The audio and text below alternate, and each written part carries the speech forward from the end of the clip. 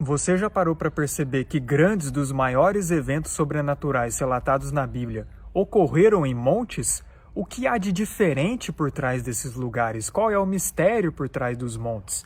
Nós vemos muitos e muitos exemplos na Bíblia de grandes acontecimentos sobrenaturais nesses lugares, como, por exemplo, quando Abraão foi sacrificar seu próprio filho Isaque e Isaque recebeu o livramento.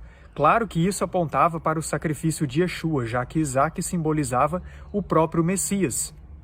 E a fé de Abraão e do próprio Isaque naquele contexto também foram testadas. Temos também um exemplo onde Moisés foi receber o chamado do Criador para libertar os israelitas da escravidão do Egito, no episódio que ele viu a sarça ardente.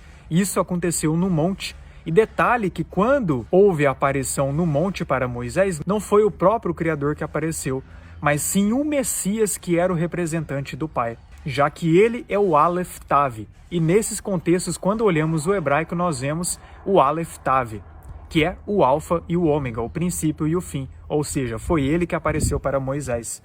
Quando também Moisés recebeu as tábuas da lei pelo Messias, Moisés também estava no monte, onde ele ficou incríveis 40 dias e 40 noites sem comer e sem beber.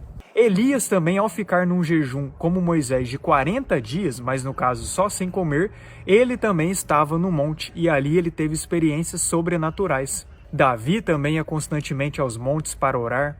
Outros servos do Pai iam aos montes para orar, como os profetas. O próprio Messias ia diretamente aos montes para orar. Um dos sermões mais importantes de toda a Bíblia foi realizado no monte, o conhecido Sermão da Montanha em Mateus 5, Mateus 6 e Mateus 7. O episódio da transfiguração, onde apareceram Moisés e Elias, também foi realizado no monte. Fora os exemplos na Bíblia onde está escrito que a presença do Criador se manifesta no seu monte sagrado. Então nós vemos que de fato há algo por trás desses lugares. E a grande questão é o seguinte: montes são locais onde o elo entre céus e terra é muito maior. Isso se deve porque esses montes, em sua maioria, são tocos das antigas árvores gigantes de silício pré-diluvianas que foram cortadas após o dilúvio. Isso mesmo, isso inclusive é relatado no livro de Enoque, onde nós vemos que os próprios anjos trabalhavam nessas árvores, já que essas árvores gigantes, de quilômetros e quilômetros de altura, eram um elo muito forte entre céus e terra. Até hoje, árvores são grandes pontos eletromagnéticos, que armazenam, que captam e que inclusive recarregam energias. Tanto é que se você ficar perto de uma árvore, você vai sentir uma energia diferente, e isso não é por acaso.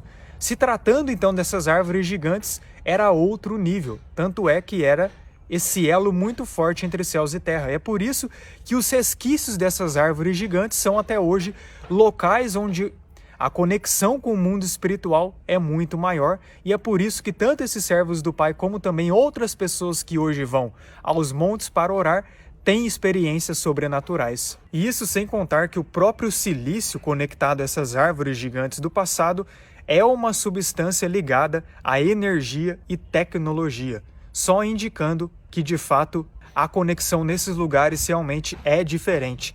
Até viagens no tempo foram realizadas por meio desses lugares, já que o episódio da transfiguração no monte, onde Yeshua teve a sua face transfigurada, tivemos a presença de Moisés e Elias. E por quê, né? Moisés e Elias, quando eles estavam no monte, naqueles períodos onde eles ficaram 40 dias e 40 noites orando, jejuando e buscando pela presença do Criador, eles tiveram uma experiência de viagem no tempo e por isso, na transfiguração do monte, eles estavam diante da presença do Messias. E não era apenas um holograma que estava ali. Tanto é que Pedro perguntou: queres que façamos tabernáculos para vocês? Ou seja, Pedro e os discípulos sabiam que Moisés e Elias estavam literalmente ali. Então montes sempre foram locais de refúgio para os servos do Pai.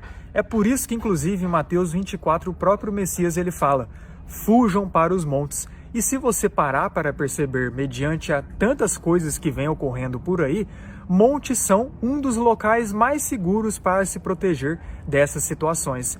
É claro que o juízo do Criador será para todo mundo, e ninguém escapará do juízo dele. Agora, fato é que se o Criador direcionar e você for para esse lugar, a chance de você ser menos atingido será sim maior, desde que, claro, você esteja em consagração e comunhão com ele. A adoração ao Pai é em espírito e em verdade, e isso independe de lugar. Não tenha dúvidas disso. Agora, fato é, montes são sim locais mais sensíveis ao mundo espiritual. E se você for para os montes, você vai sentir essa energia diferente. Enquanto que cidades, elas são bloqueadoras de energia vital. É por isso que as pessoas em grandes cidades, principalmente, elas se sentem constantemente tão sugadas e esgotadas.